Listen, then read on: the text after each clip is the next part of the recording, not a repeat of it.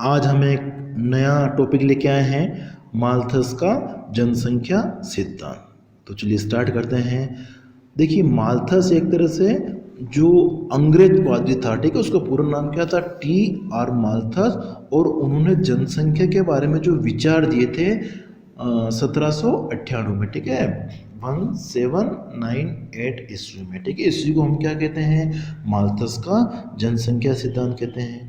जब माल्थस ने जनसंख्या सिद्धांत दिया था तो उसमें विश्व की जो परिस्थिति की हम बात करते हैं तो उसमें इंग्लैंड में औद्योगिक क्रांति प्रारंभ हो चुकी थी और साथ साथ में क्या हो रहा था, जनसंख्या भी तेजी से बढ़ रही थी, ठीक है, जिससे क्या हुआ था, बहुत सारी समस्याएं उत्पन्न हो गई थी।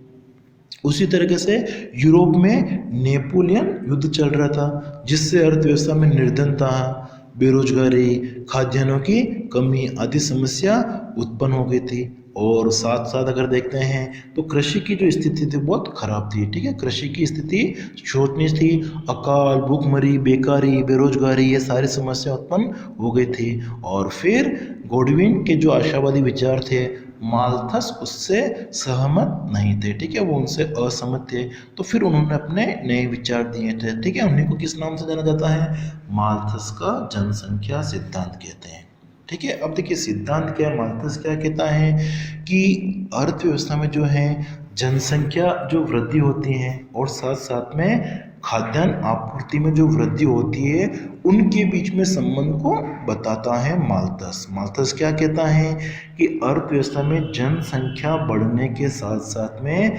खाद्यान्नों की जो आपूर्ति उत्पादन वो भी क्या होता है, बढ़ता है। लेकिन जनसंख्या जो होती है वो तीव्र गति से बढ़ती है, ठीक है, जनसंख्या तेजी से बढ़ती है, उससे को उन्होंने माल्थस का जनसंख्या सिद्धांत कहते हैं, ठीक है। तो माल्थस का जो जनसंख्या सिद्धांत है वो जनसंख्या वृद्धि और खाद्यान्न उत्पादन के मध्य संबंध को दर्शाता है। दोनों में कैसा संबंध है, धनात्मक। माल्थस क्या कहता है कि जनसंख्या बढ़ने के साथ साथ में खाद्यान्न आपूर्ति बढ़ती है, लेकिन जनसंख्या जो वृद्धि होती है वो तेजी से बढ़ने की प्रवृत्ति पाई जाती है। अब देखिए माल्थस ने अपने जनसंख्या सिद्धांत में क्या क्या मान्यताएं ली हैं। तो सबसे पहले उसने लिया है कि मानव की जो प्रजनन शक्ति होती है वो एक तरह से क्या होती है, स्थिर होती है, ठीक है। शिक्षा और सभ्यता का अगर विकास होता है तो उसमें प्रगति हो सकती है, लेकिन माल्थस क्या कहता है कि शिक्षा और सभ्यता का इसके ऊपर प्रभाव नहीं पड़ता है। फिर माल्थस क्या कहता है कि जो कृषि है उसमें उत्पत्ति ह्रास नियम लागू होता है, ठीक है, उत्पत्ति ह्रास नियम मतलब कि जैसे जैसे साधनों की मात्रा बढ़ाई जाती है भूमि पर तो उत्पादन घटने लग जाता है। तो कृषि में कौन सी स्थिति लागू होती है, उत्पत्ति ह्रास नियम। और तीसरी मान्यता लेता है माल्थस को, वो कहता है कि मानव जीवन के लिए भोजन एक तरह से अनिवार्य वस्तु होती है, ठीक है, भोजन जरूरी होता है। और लास्ट मान्यता उसको कहता है कि जीवन स्तर और जनसंख्या जो वृद्धि है उसमें सीधा और घनिष्ठ संबंध होता है, ठीक है, जीवन स्तर और जनसंख्या में सीधा और घनिष्ठ संबंध। तो ये उसकी मान्यताएं थी। अब इन मान्यताओं को लेके हम माल्थस के जनसंख्या सिद्धांत की व्याख्या कर सकते हैं। तो व्याख्या करने के लिए हम सबसे पहला पॉइंट देखते हैं जनसंख्या वृद्धि दर, ठीक है। माल्थस के अनुसार जनसंख्या वृद्धि दर क्या है। तो माल्थस क्या कहता है कि यदि जनसंख्या पर सरकार के द्वारा कोई नियंत्रण अगर नहीं लगाया जाता है तो इस स्थिति में जो जनसंख्या होती है वो अर्थव्यवस्था में किस दर से बढ़ती हैं, ज्यामितीय दर से बढ़ती हैं। तीव्र गति, ज्यामितीय दर, ज्योमेट्रिकल रेट जो होती हैं, ठीक है, मतलब से 1, फिर हो गया 2, फिर 4, फिर 8, फिर 16, फिर 32, इसको वो कहता है ज्यामितीय दर, ठीक है। तो जनसंख्या जो बढ़ती है वो कैसे बढ़ती है, ज्यामितीय दर से बढ़ती हैं। और माल्थस के अनुसार प्रत्येक 25 वर्षों में किसी देश की जो जनसंख्या है वो क्या हो जाती है, दुगुनी हो जाती है, ठीक है। पहला पॉइंट क्या था कि जनसंख्या वृद्धि। तो माल्थस क्या कहता है कि जनसंख्या में ज्यामितीय दर से वृद्धि होते हैं और 25 वर्षों में जो जनसंख्या है वो दुगुनी हो जाती है। जबकि दूसरा हमारा पॉइंट इसमें है खाद्यान्न उत्पादन में वृद्धि, खाद्य सामग्री में वृद्धि। तो माल्थस क्या कहता है कि खाद्य सामग्री में जो वृद्धि होती है वो निची दर से होती है, जनसंख्या की तुलना में, ठीक है, जनसंख्या वृद्धि की तुलना में, मतलब खाद्यान्न में जो वृद्धि होती है वो अंक गणितीय दर से होती है, 1 2 3 4 5 इस दर से वृद्धि होती है। क्यों? क्योंकि जो कृषि है उसमें कौन सा नियम लागू होता है? उत्पत्ति ह्रास नियम लागू होता है। ठीक है, तो इसको हम इस डायग्राम के द्वारा प्रदर्शित कर सकते हैं। ठीक है, कि ये खाद्यान्न एक तरफ हमने क्या ले लिया, खाद्यान्नों का उत्पादन, और एक तरफ हमने ले लिया जनसंख्या वृद्धि। तो जनसंख्या बढ़ने के साथ साथ में खाद्यान्न उत्पादन भी क्या होता है? बढ़ता है। तो दोनों में कैसे संबंध है? धनात्मक। तो धनात्मक संबंध का जो रेखा चित्र होता है, वक्र होता है, वो ऊपर की ओर बढ़ता हुआ होता है। ठीक है, ठीक है, और इसका जो ढाल है वो पॉपुलेशन जनसंख्या की तरफ ज़्यादा। इसका मतलब क्या हो गया कि जनसंख्या तेजी से बढ़ती है। अब देखिए माल्थस क्या कहता है कि जब जनसंख्या ज्यामितीय दर से बढ़ती है और खाद्य सामग्री अंकगणितीय दर से बढ़ती हैं, तो दोनों के बीच में क्या होता है? असंतुलन स्थापित हो जाता है। ठीक है, जनसंख्या और खाद्य सामग्री में असंतुलन हो जाता है, और इस असंतुलन के कारण क्या होता है? अर्थव्यवस्था में निर्धनता, बेरोजगारी, भूखमरी, अकाल मृत्यु, महामारी आदि बहुत सारी समस्याएं उत्पन्न हो जाती हैं। ठीक है, वो क्या कहता है कि जब इन दोनों में असंतुलन होता है तो किसी देश को बहुत सारी समस्याओं का सामना करना पड़ता है।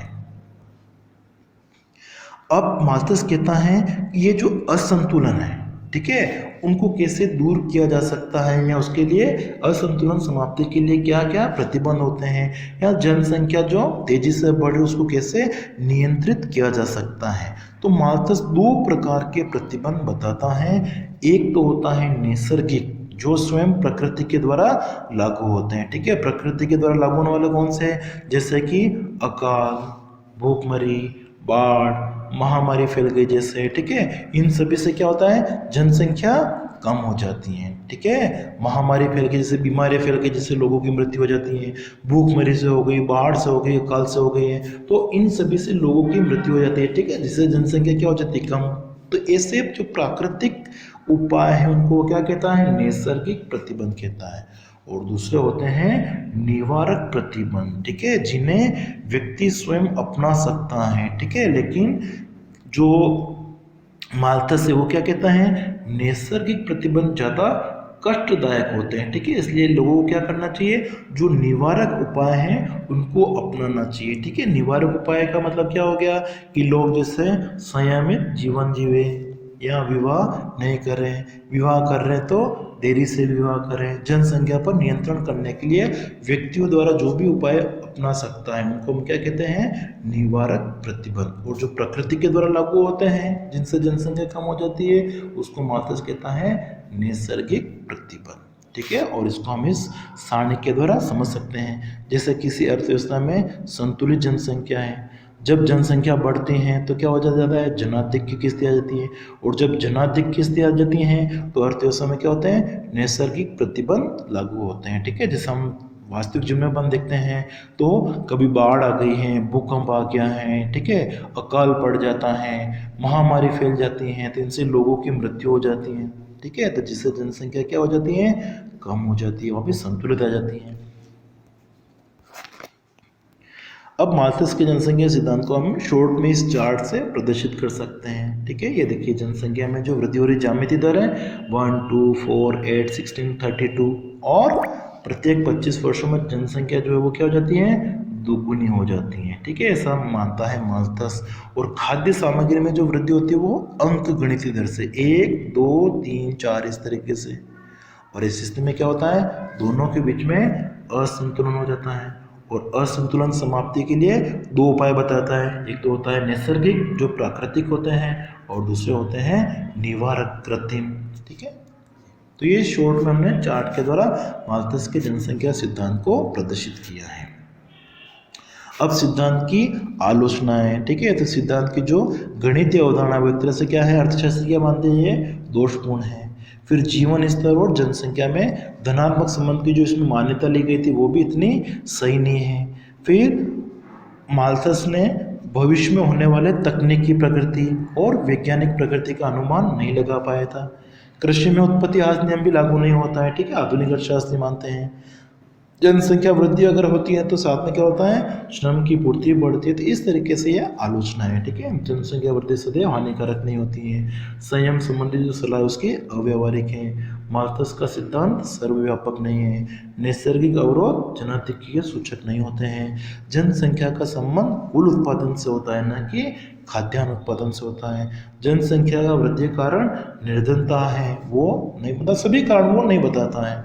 और मृत्यु दर में कमी के कारण भी जनसंख्या बढ़ सकती है। तो ये जो वो बताता है, माल्थस नहीं बताता है, ठीक है। इसलिए अर्थशास्त्री क्या करते हैं, इसकी आलोचना करते हैं।